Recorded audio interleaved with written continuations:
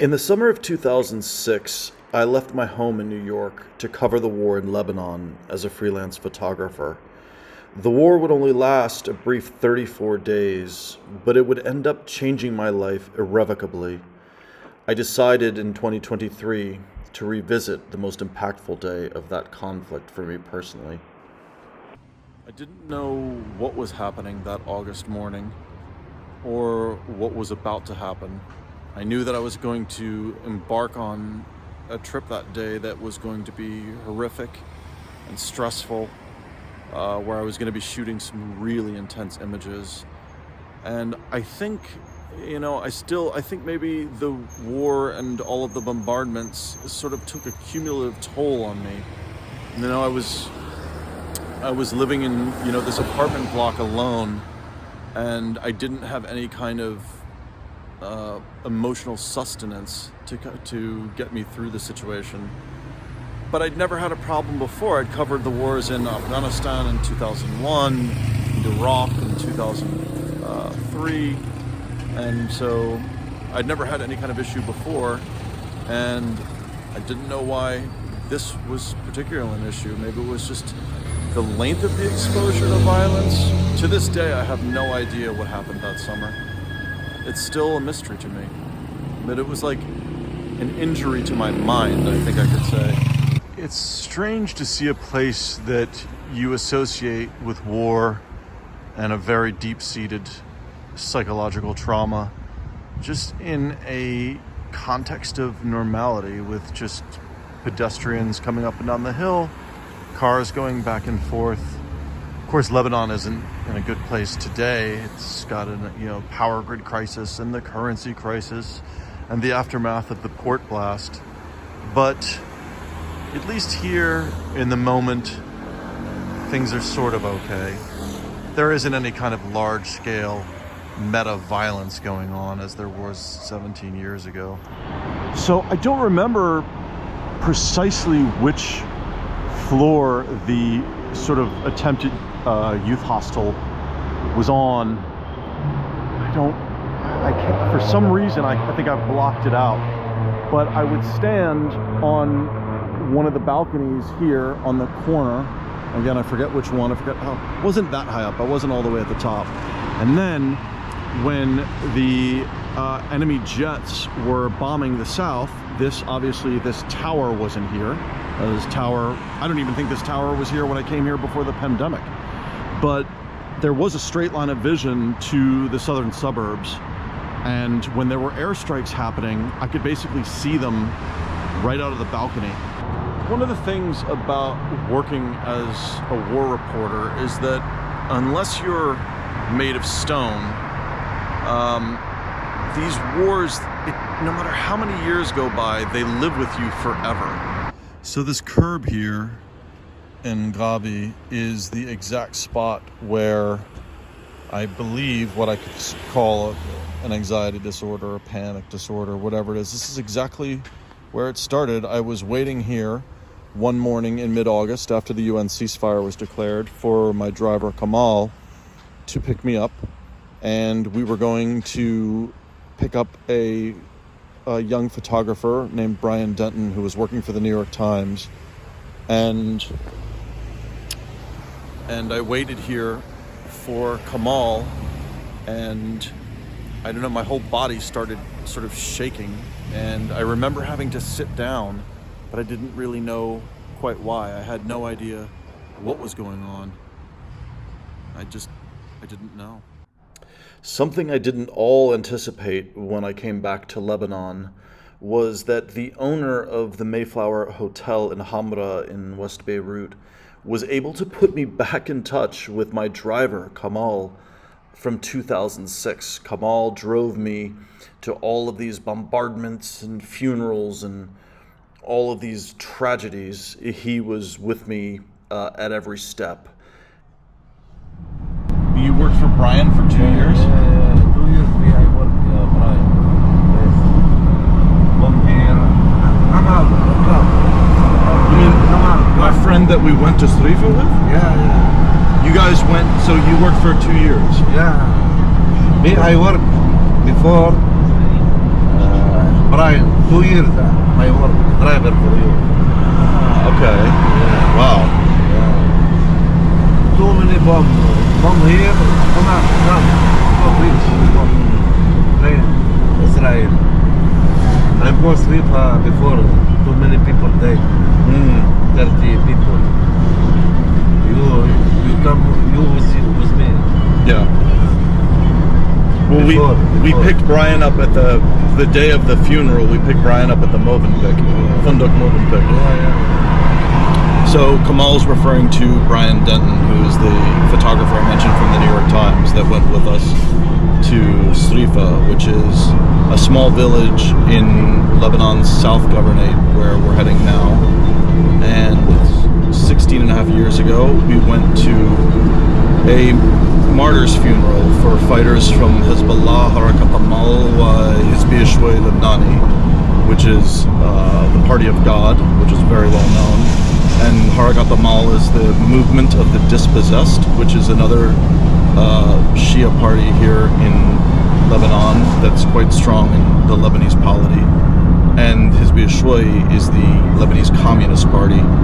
And the three groups of fighters were all fighting together against the invasion that summer in July and August of 2006.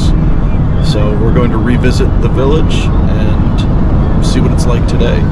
Now as we get deeper south, you're starting to see flags of the Islamic Republic of Iran next to Lebanese flags hanging from some of the overpasses going between Saida and Tir.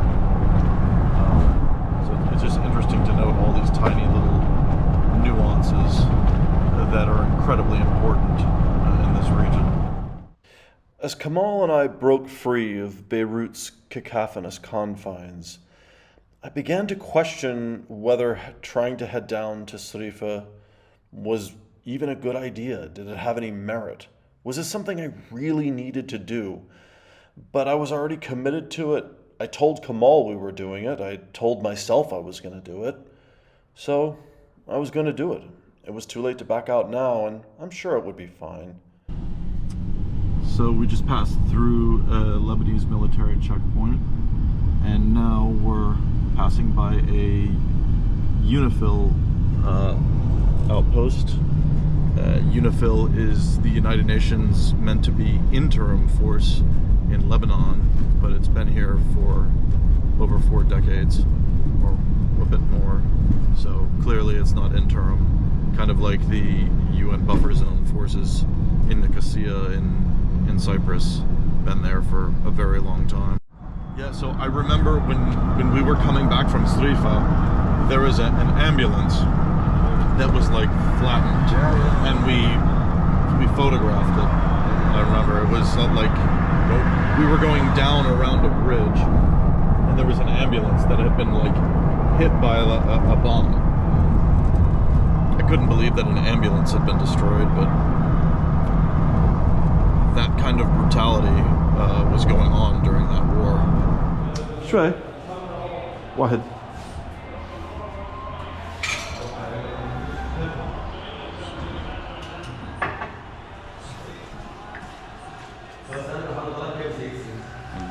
Shukran. Welcome. Taking a little tea and coffee break before we get to Srifa to look for the Martyrs Cemetery. So this coffee shop is a friend of Kamal's. So we're just going to hang out here for a couple of minutes. Okay, after the coffee shop, we're going to Srifa. Let's see what we find there. I'm trying to see if we can remember where the graveyard is.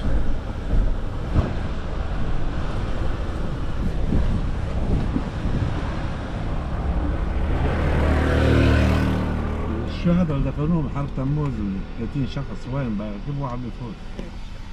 ها؟ وين الموتوسيكل؟ ايه محل أهل على اليمين. شكرا. Okay, so Kamal just asked a villager if she knew where the graveyard of the martyrs was, and she hopefully has pointed us in the right direction.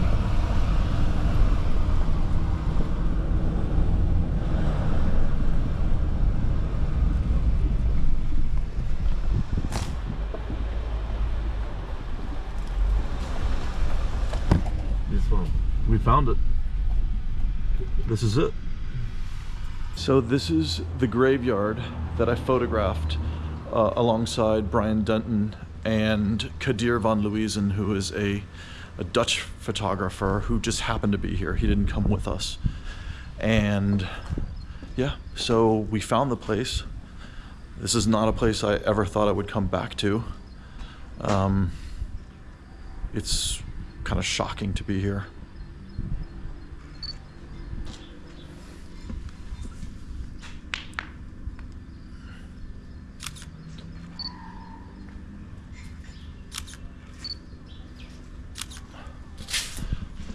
You remember this place? Yeah, yeah.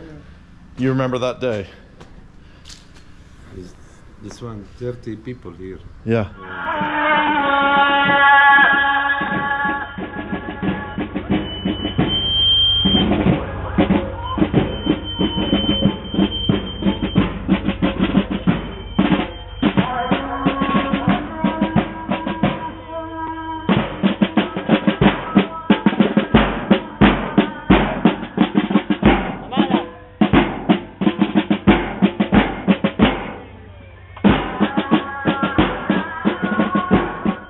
Yeah, I think we both can't realize that we've come back here. You never thought you would return here. I mean, yeah, I remember of this one before 2006. I coming here, not the same, only trap. Not same porcelain now. Yeah. Now it's a proper mausoleum. It's more than just a basic cemetery. This one, too many names and date is here.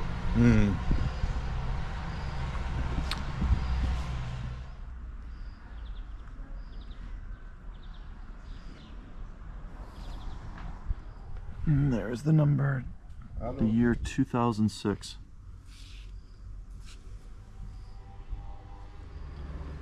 This is such a somber, quiet place. And when we were here in August of 2006, all of the fighters from the 3 different militias were being buried. And here you can see all of their photos,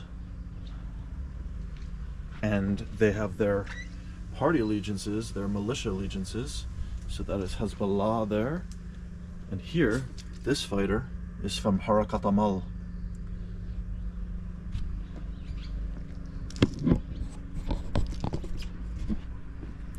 And yet if we go over here,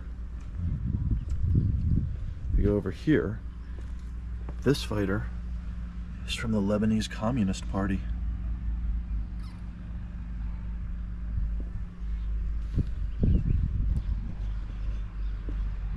And here, I didn't realize this back in 2006, but there's a female fighter.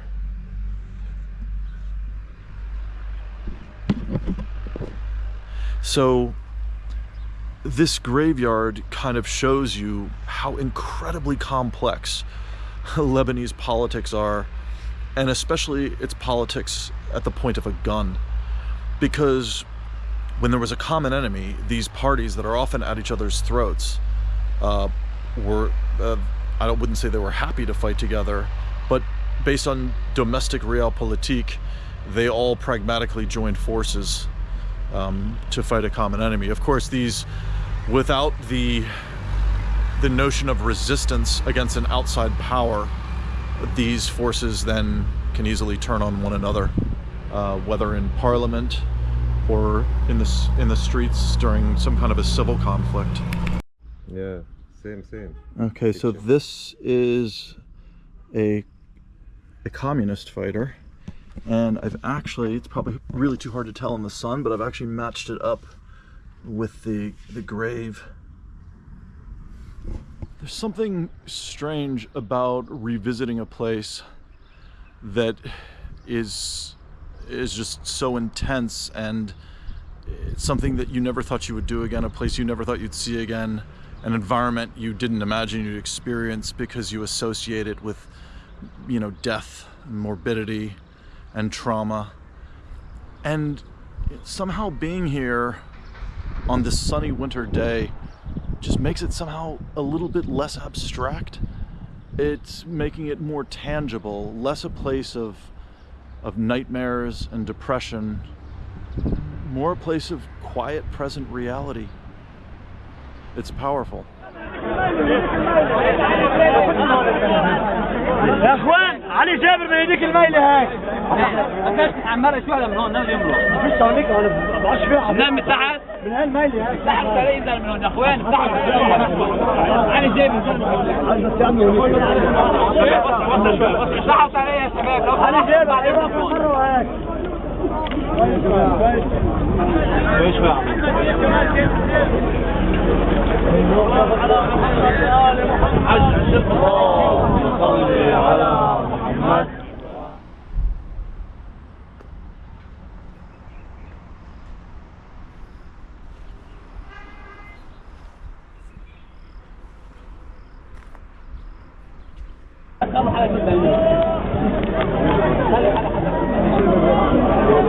طلع لنا بس يلا اسال اسماء اعطيها الاسماء انت حاج ما حدا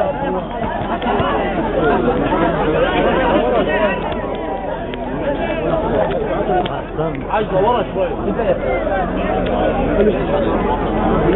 حاج دورها اذا بتريد دورها.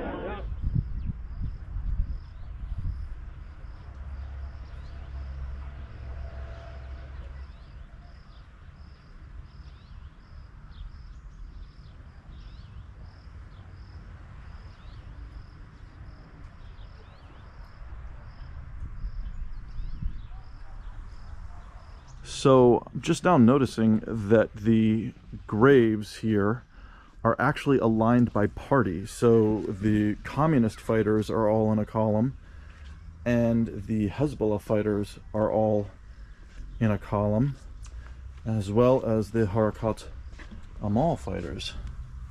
So I didn't know, I had no idea in the chaos of that day that the fighters were actually being organized politically as they were being interred. It's kind of fascinating.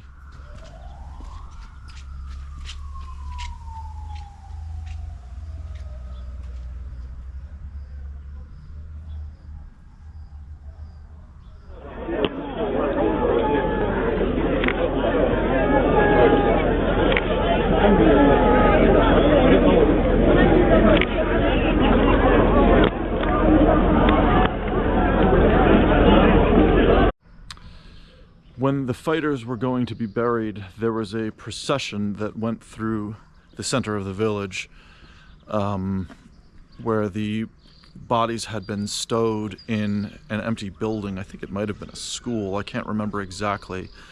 And just the wailing and the screaming and the agonizing of the villagers whose sons, and in a few cases, which I didn't realize at the time, daughters, were killed in that war in July and August of 2006. And I think, you know, my guess is that maybe the bodies couldn't be retrieved until after the ceasefire was declared.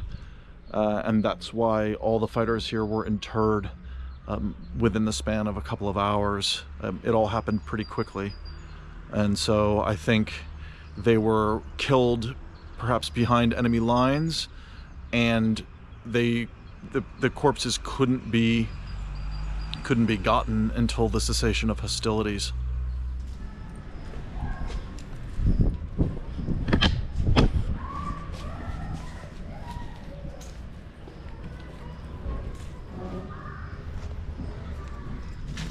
So here in the center of Srifa is a billboard for Amal, and on the left is Imam Musa Sadr, who disappeared on a trip to Libya in 1978 when he was meant to meet Gaddafi, and his remains were actually discovered after the Libyan revolution of 2011. And for a very, very long time, Lebanon didn't have diplomatic relations with Gaddafi's Libya because of the disappearance of Sadr. And so I also want to show a juxtaposition of the competing ideologies here in Lebanon's South Governorate. So just down the hill here is a really interesting monument to the Hizb Lebanani, which is the Communist Party of Lebanon. It's a pretty interesting monument. This is looks like something that you might see in the former Soviet Union, except it is in Arabic. And it's right here in a roundabout in the center of town. It shows you that communism, while thought to be largely an ideology of the 20th century that's mostly gone the way of the dodo, in certain pockets of the third world, it's still a very relevant ideology. Yeah, it looks like the whole town has been reconstructed. Yeah. Everything looks to be been built in sometime in the last 15 years. People Hezbollah, this one, indeed, too many buildings from here. كلو Hezbollah شاتهين. Wow. So this is a monument to Hezbollah martyrs in what seems to be a mainly Harakat Amal and Hizb Lebanani town. This is up the hill from the mass grave that we just revisited. So here is a poster of Qasem Soleimani, who was assassinated by the United States in Baghdad in January of 2020, and his picture is fairly prominent here. It's not everywhere, but it's definitely around. As Kamal and I got on the road back to Beirut, it hit me what we had actually accomplished. And it was just a hell of a lot to reflect on. And in a way, I couldn't believe that it actually happened, that I reunited with my driver, and that we actually went to the place that had terrified me so much. Well, we are back to where it all began. I met Kamal here in the summer of 2006 in front of the Mayflower Hotel, and we did all our trips together to Dahi, Hartrek, Burj Barajne, and then later finally to Srifa at the end of the war. And so, interesting, it all comes full circle.